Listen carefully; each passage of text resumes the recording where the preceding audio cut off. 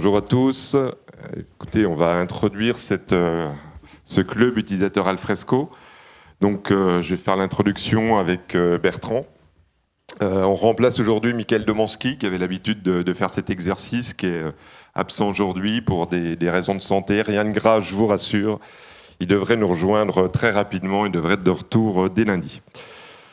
Du coup, Michael s'excuse évidemment de ne pas pouvoir être là, et puis je pense que vous le reverrez très prochainement sur vos projets.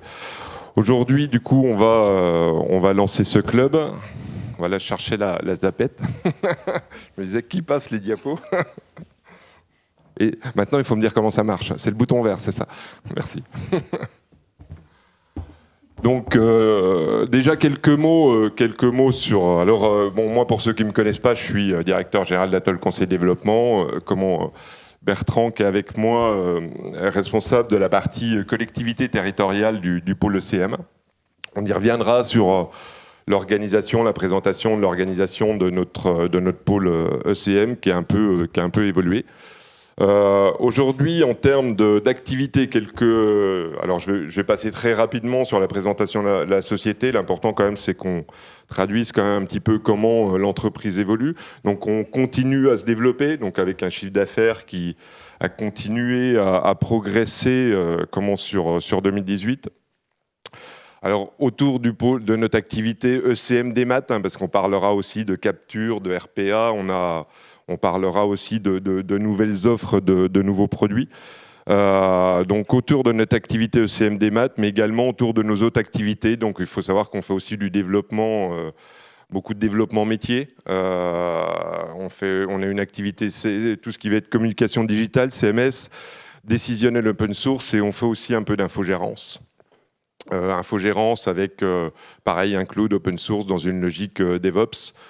On a également un petit pôle, on parlera aussi de cet après-midi de nos modules, de la partie édition autour de l'ECM, mais il faut savoir qu'on intervient aussi en développement, alors plutôt sur des solutions sous licence libre, sur des applications métiers également. Donc historiquement, on avait repris, il n'y a pas très longtemps, on avait repris la TMA de WebRSA, solution open source qui est utilisée par notamment le conseil départemental Seine-Saint-Denis, mais également le 58, le 66, Mayotte. On est en train de développer une solution MDPH pour les départements 66 et 64. Voilà, donc on s'investit toujours pareil sur des développements qui sont sous licence libre et quelques produits Atoll CD, notamment sur des projets d'innovation.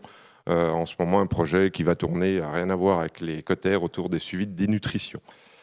Donc nos activités vont continuer à se développer. Alors ça s'accompagne évidemment d'un développement de nos effectifs. Donc vous voyez, pas mal de recrutements encore sur 2018. Beaucoup de recrutements encore prévus cette année. Donc ce projet de développement s'inscrit dans un projet d'entreprise. On continue d'investir, on continue à se développer, on continue à intégrer de nouveaux collaborateurs. Donc dans le pôle ECM, vous avez vu arriver en 2018 de nouveaux visages. On va continuer donc Mathieu, Benoît, voilà, on va continuer à enrichir nos équipes en termes de consultants et de développement. Donc ça va continuer à s'enrichir autour de nos activités historiques, bien sûr. Donc on a parlé du pôle ECM, du développement métier, le décisionnel, la com digitale. La partie édition aussi qui va se consolider. On a parlé d'MDPH, on travaille aussi sur de nouveaux produits. Et puis, on va essayer continuer à enrichir nos offres. Donc, on parlera cet après-midi de RPA. Vous avez peut-être vu une communication il y a pas très longtemps. On a signé un partenariat avec Entrouvert pour tout ce qui va être portail, gestion, relations citoyens. Donc, on essaie de continuer à enrichir nos offres pour améliorer notre offre de service des maths, notamment au niveau des cotères. Donc sur la partie ECM, aujourd'hui, voilà, on travaille sur une nouvelle organisation. Donc ce développement implique d'évoluer aussi en termes de structuration. Et je vais laisser la parole à Bertrand qui va vous présenter cette nouvelle organisation. Alors, bonjour à tous. Donc en effet, on a une nouvelle organisation. Donc comme vient de le dire Jean-Philippe, on a une croissance qui est forte à Atoll CD, mais du coup au sein du pôle ECM également. Donc aujourd'hui, on est sur environ une quarantaine de personnes. on avait un système de fonctionnement qui était assez à plat. Et on se rend compte que pour grossir, on est obligé de structurer un peu plus et on s'est orienté vers un découpage par équipe. Donc on se tourne désormais vers une organisation articulée autour de 6 équipes, dont 2 équipes, on va dire, qui sont un petit peu transverses. Je ne vais pas rentrer dans le détail de toutes les équipes, mais globalement, on a décidé d'orienter ces équipes, de classer les clients dans ces équipes par typologie de clients. Donc on se retrouve avec une équipe typiquement qui concerne les établissements de santé. Donc, tous nos comptes qui ont une GED Alfresco, qui sont liés au domaine de la santé, sont gérés par cette équipe-là. On va retrouver également une équipe grand compte, donc plutôt pour gérer tous nos comptes qui sont des comptes plutôt privés. On va avoir une autre équipe dont Hervé Chavas est présent aujourd'hui, donc là qui n'est pas orientée par typologie de client, mais plus par technologie. Donc c'est toute la partie capture RPA. Donc RPA, pour ceux qui ne connaissent pas, c'est tout ce qui est automatisation via des robots. Hervé nous fera une présentation cet après-midi. Et enfin, donc, en ce qui me concerne, l'équipe, ce qui vous concerne globalement tous aussi aujourd'hui, l'équipe Coter, donc collectivité territoriale, où nous regroupons l'ensemble de nos clients collectivités territoriales. Et par-dessus ces 4 équipes vont se greffer 2 autres équipes donc, qui sont transverses. Donc plutôt, là je ne vais pas parler d'équipe, mais plutôt de cellules, une cellule architecture, qui regroupe nos experts qui vont se charger des installations, des paramétrages et du support. Et enfin, comme vient de le dire Jean-Philippe, une équipe édition qui est spécialisée dans le produit. On se tourne un petit peu aussi vers du produit. Donc là, pareil, le responsable de cette équipe est présent aujourd'hui. Il s'agit d'Hervé Borda, qui fera également une présentation cet après-midi. Donc c'est en fait une capitalisation sur des développements qui sont communs à plusieurs collectivités et nous en faisons des produits que nous intégrons dans un socle. Et Hervé reviendra dessus tout à l'heure. Là, on a mis les jolis visages de chaque responsable d'équipe. Sur chaque équipe, en fait, on a un binôme qui est responsable. Sauf sur Capture, parce qu'Hervé, il fait tout en fait. Il est capable de tout faire tout seul. Donc on a une tête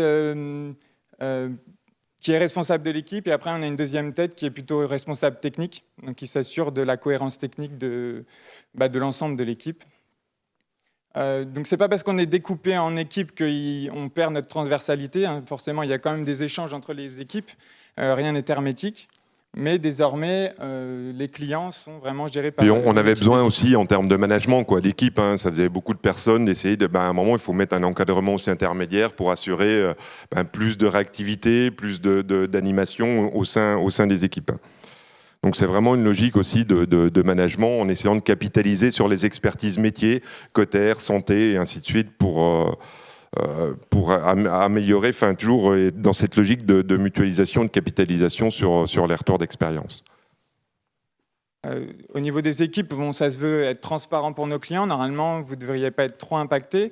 Donc, comme vient de le dire Jean-Philippe, il y a quand même du management intermédiaire qui s'est mis en place, donc des personnes qui sont montées en grade, on va dire. Donc, il y a certains remplacements. Il y a eu beaucoup de recrutements également pour remplacer ces personnes qui, désormais, sont responsables d'équipe.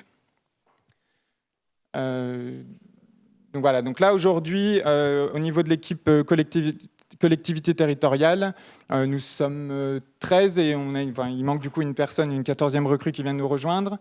Nous n'avons pas cité, mais Hervé Borda, qui est responsable d'équipe édition, fait également partie intégrante de notre équipe collectivité territoriale, car l'équipe édition est en fort lien avec l'équipe Coter. Présent aujourd'hui, donc tous les consultants et chefs de projet de cette équipe Coter. Donc vous les rencontrerez aujourd'hui. Je vais les citer. Il y a Sophie Marouani, Isabelle Guyot, Céline Barberon, Mathieu Ponce, Benoît Rabatel. Et il y a également notre responsable technique, Benoît excuse-moi Nicolas, Nicolas Baritel. C'est entre Benoît Rabatel, Nicolas Baritel, voilà, c'est compliqué quand même. Nicolas qui interviendra cet après-midi également pour vous présenter le nouveau framework de développement d'Alfresco. Et je voulais rajouter quelque chose, mais je ne me rappelle plus quoi. Vous voyez, l'équipe Céline elle nous a rejoint aussi l'année dernière, donc l'équipe continue à entre guillemets s'enrichir de nouvelles compétences.